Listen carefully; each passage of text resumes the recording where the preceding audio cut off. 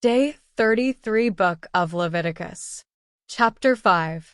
If anyone sins because they do not speak up when they hear a public charge to testify regarding something they have seen or learned about, they will be held responsible.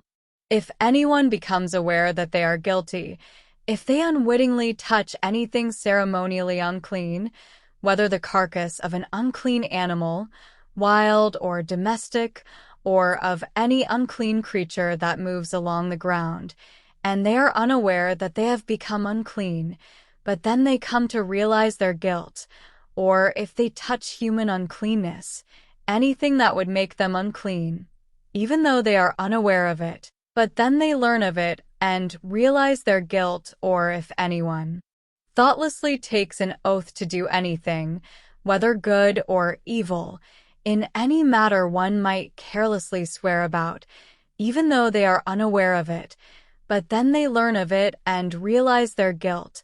When anyone becomes aware that they are guilty in any of these matters, they must confess in what way they have sinned. As a penalty for the sin they have committed, they must bring to the Lord a female lamb or goat from the flock as a sin offering, and the priest shall make atonement for them for their sin. Anyone who cannot afford a lamb is to bring 2 doves or 2 young pigeons to the Lord as a penalty for their sin, one for a sin offering and the other for a burnt offering. They are to bring them to the priest, who shall first offer the one for the sin offering. He is to wring its head from its neck, not dividing it completely, and is to splash some of the blood of the sin offering against the side of the altar. The rest of the blood must be drained out at the base of the altar. It is a sin offering. The priest shall then offer the other as a burnt offering in the prescribed way and make atonement for them for the sin they have committed, and they will be forgiven.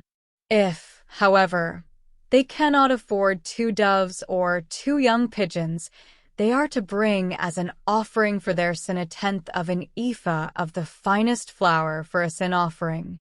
They must not put olive oil or incense on it, because it is a sin offering. They are to bring it to the priest, who shall take a handful of it as a memorial portion and burn it on the altar on top of the food offerings presented to the Lord. It is a sin offering. In this way the priest will make atonement for them for any of these sins they have committed, and they will be forgiven. The rest of the offering will belong to the priest, as in the case of the grain offering. The Lord said to Moses, "When anyone is unfaithful to the Lord by sinning unintentionally in regard to any of the Lord's holy things, they are to bring to the Lord as a penalty a ram from the flock, one without defect and of the proper value in silver, according to the sanctuary shekel. It is a guilt offering. They must make restitution for what they have failed to do in regard to the holy things, pay an additional penalty of 1/5 of its value, and give it all to the priest. The priest will make atonement for them with the ram as a guilt offering, and they will be forgiven.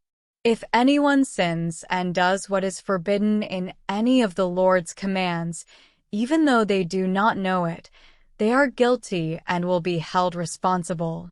They are to bring to the priest as a guilt offering a ram from the flock, one without defect and of the proper value. In this way the priest will make atonement for them for the wrong they have committed unintentionally, and they will be forgiven. It is a guilt offering. They have been guilty of wrongdoing against the Lord. Day 33 Book of Leviticus. Chapter 6. The Lord said to Moses, "If anyone sins and is unfaithful to the Lord by deceiving a neighbor about something entrusted to them or left in their care, or about something stolen, or if they cheat their neighbor, or if they find lost property and lie about it, or if they swear falsely about any such sin that people may commit, when they sin in any of these ways and realize their guilt, they must return what they have stolen or taken by extortion, or what was entrusted to them, or the lost property they found, or whatever it was they swore falsely about. They must make restitution in full, add a fifth of the value to it, and give it all to the owner on the day they present their guilt offering. And as a penalty, they must bring to the priest, that is, to the Lord, their guilt offering, a ram from the flock, one without defect and of the proper value. In this way the priest will make atonement for them before the Lord, and they will be forgiven for any of the things they did that made them guilty. The Lord said to Moses, "Give Aaron and his sons this command. These are the regulations for the burnt offering. The burnt offering is to remain on the altar hearth throughout the night, till morning, and the fire must be kept burning on the altar. The priest shall then put on his linen clothes, with linen undergarments next to his body, and shall remove the ashes of the burnt offering that the fire has consumed on the altar, and place them beside the altar. Then he is to take off these clothes and put on others, and carry the ashes outside the camp to a place that is ceremonially clean. The fire on the altar must be kept burning. It must not go out. Every morning the priest is to add firewood and arrange the burnt offering on the fire and burn the fat of the fellowship offerings on it.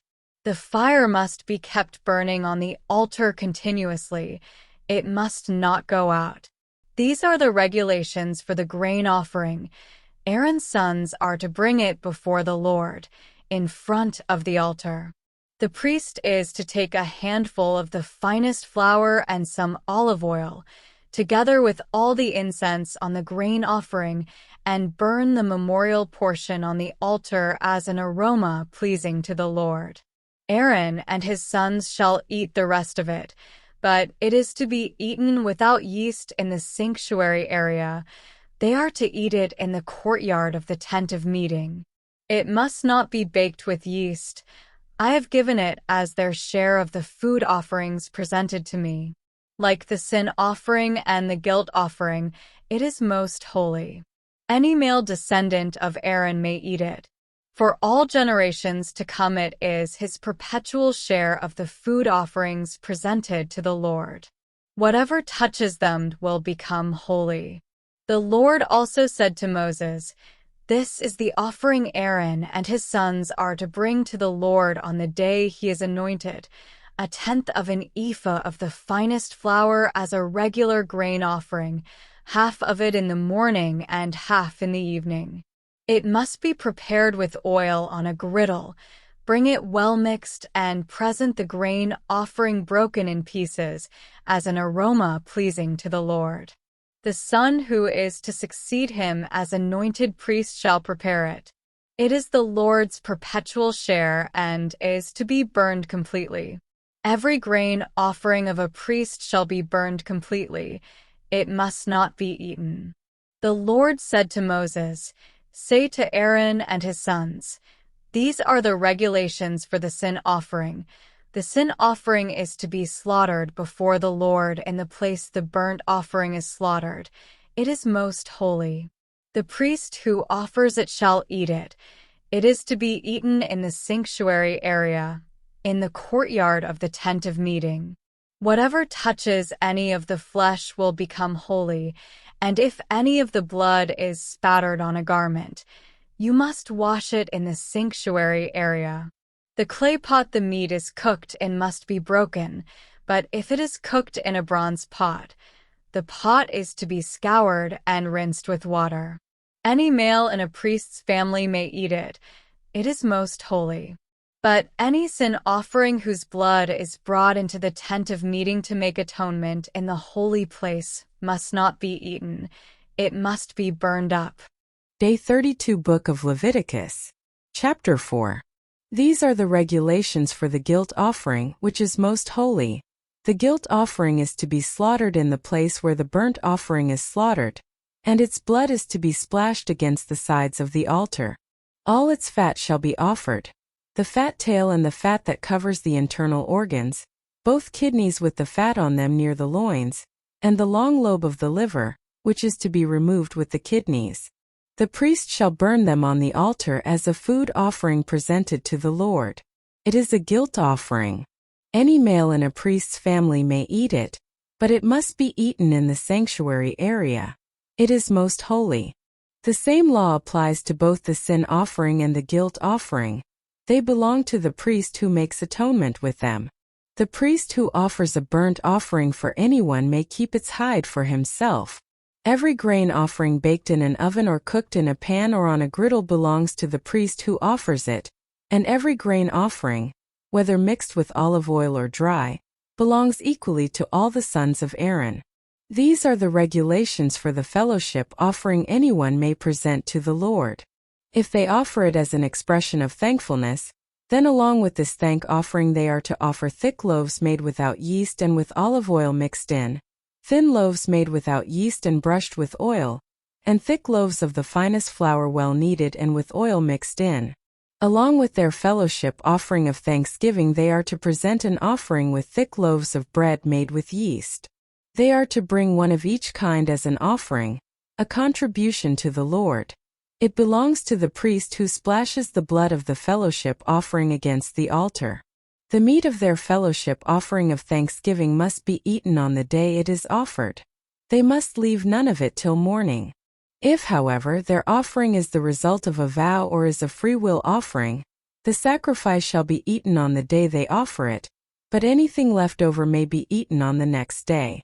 Any meat of the sacrifice left over till the third day must be burned up. If any meat of the fellowship offering is eaten on the third day, the one who offered it will not be accepted. It will not be reckoned to their credit, for it has become impure. The person who eats any of it will be held responsible. Meat that touches anything ceremonially unclean must not be eaten. It must be burned up. As for other meat, anyone ceremonially clean may eat it. But if anyone who is unclean eats any meat of the fellowship offering belonging to the Lord, they must be cut off from their people. Anyone who touches something unclean, whether human uncleanness or an unclean animal or any unclean creature that moves along the ground, and then eats any of the meat of the fellowship offering belonging to the Lord must be cut off from their people. The Lord said to Moses, "Say to the Israelites, do not eat any of the fat of cattle, sheep or goats. The fat of an animal found dead or torn by wild animals may be used for any other purpose, but you must not eat it. Anyone who eats the fat of an animal from which a food offering may be presented to the Lord must be cut off from their people. And wherever you live, you must not eat the blood of any bird or animal. Anyone who eats blood must be cut off from their people." The Lord said to Moses, "Say to the Israelites, anyone who brings a fellowship offering to the Lord is to bring part of it as their sacrifice to the Lord. With their own hands they are to present the food offering to the Lord. They are to bring the fat, together with the breast, and wave the breast before the Lord as a wave offering. The priest shall burn the fat on the altar, but the breast belongs to Aaron and his sons. You are to give the right thigh of your fellowship offerings to the priest as a contribution. The son of Aaron who offers the blood and the fat of the fellowship offering shall have the right thigh as his share. From the fellowship offerings of the Israelites, I have taken the breast that is waved and the thigh that is presented and have given them to Aaron the priest and his sons as their perpetual share from the Israelites. This is the portion of the food offerings presented to the Lord that were allotted to Aaron and his sons on the day they were presented to serve the Lord as priests. On the day they were anointed, the Lord commanded that the Israelites give this to them as their perpetual share for the generations to come.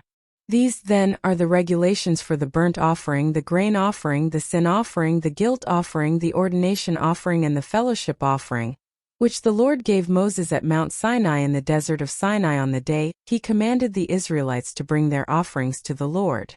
Please consider giving this video a thumbs up to show your support. Additionally, please follow, subscribe, and share to help us spread the good news together. Feel free to comment and let us know which country or city you're tuning in from.